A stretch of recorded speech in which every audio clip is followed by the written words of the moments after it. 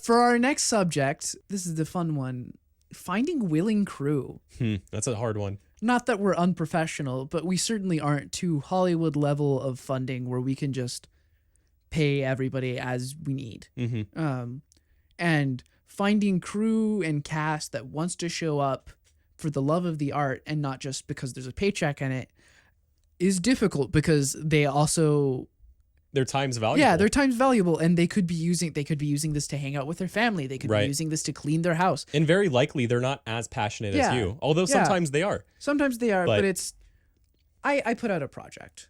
I write this. I tease Zach for like 2 weeks that I'm writing a project and he can't see it. Then I drop it in his lap. He gets into it. He gives me my feedback that I will then try to defend myself from. As you do. As the editing process goes. And then...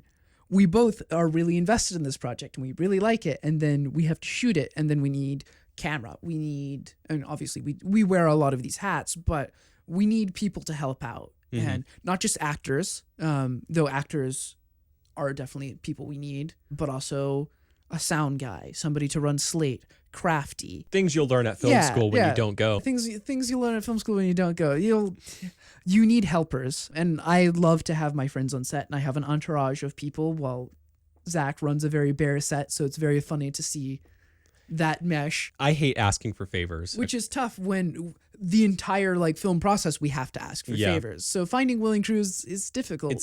My answer to this problem, because I want to be respectful of people's time and I don't like asking for favors if I don't have to. And I'm very much like, I know that not everyone's going to want to make this film as much as I want to make it, except for maybe you and a very passionate actor. Yeah. And which we've had fantastic actors. It's just the other people, like, how do you convince someone to run slate for free?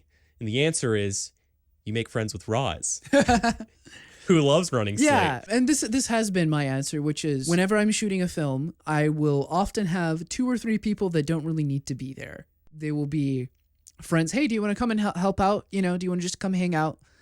And they are passionate about being with me and just like the artistic process. And so they will show up and they will often bring an enthusiasm to it that doesn't have, per se. There's no pressure for them. Yeah, there's no pressure for them. It's not like, hey, I need you to commit to this very arduous role. It's like, do you want to come hang out? And then whenever I need somebody to run slate, I'll be like, Roz, can you help me out? Can you run slate? Whenever I need somebody to run down to the convenience store and use my card to buy snacks for everybody because we ran out of water and Gatorade and chips. Like there's somebody there that can do that for me who isn't like necessarily locked into the role, but is definitely there. Yeah, no, that makes sense because unlike a director of photography and unlike the actors and the director, like those people, they're getting creatively fulfilled from the project. Like I directed this film. I starred in this film. Yeah. I shot this film. I wrote this film. I produced this film. Now, think about it from the perspective of an unpaid sound guy. Now, there's a lot of people that do love running sound, but there are a lot fewer and farther between. And when you're asking someone who maybe that's not like their thing. Yeah. It's a tough sell. And with sound guys, especially, it's like, you're kind of getting yelled at. You're just like, hey, yeah, literally. Hey, from across the room, hey, can you please get closer? And it's not. You have you can't see the screen. Yeah. You're just. Nobody's like, I'm really here to see the sound guy's project. You're here to see the writer's project, the producer's project, kind of. The director's project for sure. The actor's projects for sure. To be fair, recording audio is an art. Yeah, it's an art. There's a way to do it really well. There's a way to not do it as well.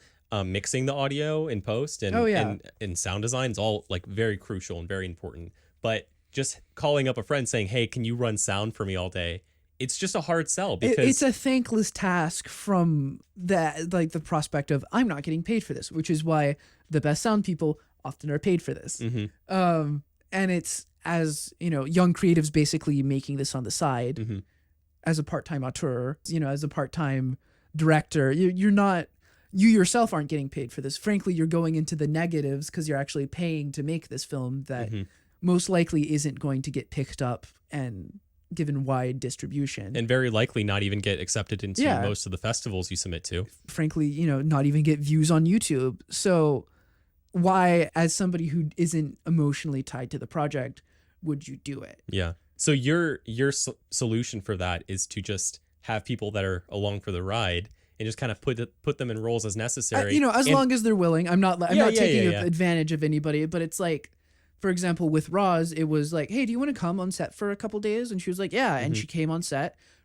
enjoyed, she really enjoyed doing Slate, and came back on like days. She's like, do you need help on extra days that, I wasn't like, contracting her per se for, and she just decided to like come and help because she enjoyed being part of the creative process. Yeah. She just, it didn't feel like an obligation. Exactly. It's worth mentioning. Like the reason why that works is because there's not as much pressure for that respective role that they're fulfilling.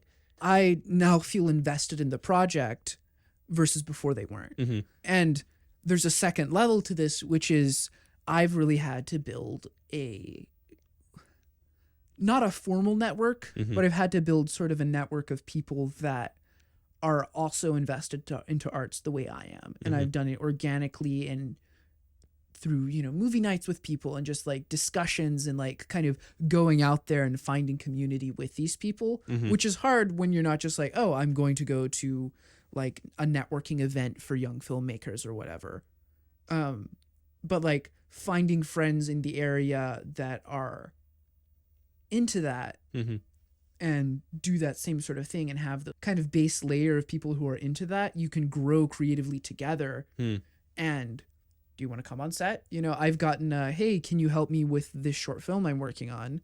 And I'll like, heck yeah, I'll come. I'll help. I'll at least give you some edits on the script if you want to send it my way. And frankly, that's how we initially became like creative partners. Yeah, that's true. You brought me on as a script super, and then from there we like moved forward and started making more and more projects together. Yeah, you helped me out on Brothers Bunker, and you helped me on as DP on Colleagues on a Trial Basis. Right. Yeah. So we it pushed from there. Be willing to help other people too is kind of what I'm hearing you say. There is definitely like, you have to build that network, and you can't do it with the intent of like, I scratch your back, you scratch mine. You have to do it from like a place of, if like I'm giving and I'm putting myself out there for sure. And don't have any expectations for it. Yeah, I feel it's more rewarding that way to be part of a movement. Where if you're working on a professional film set, it's, oh yeah, I know a guy who knows a guy, and then you network by literally working together.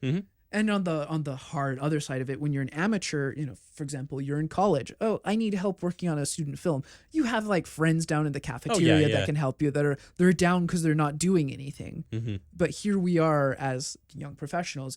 Everybody we know has a job. Everybody we know has, like, do I really want to spend 4 hours tonight on some film set shivering in the cold while it snows? Absolutely. I mean, absolutely. But like, or could I stay inside, stay safe and warm, and watch, this Netflix show I've been meaning to watch? For sure.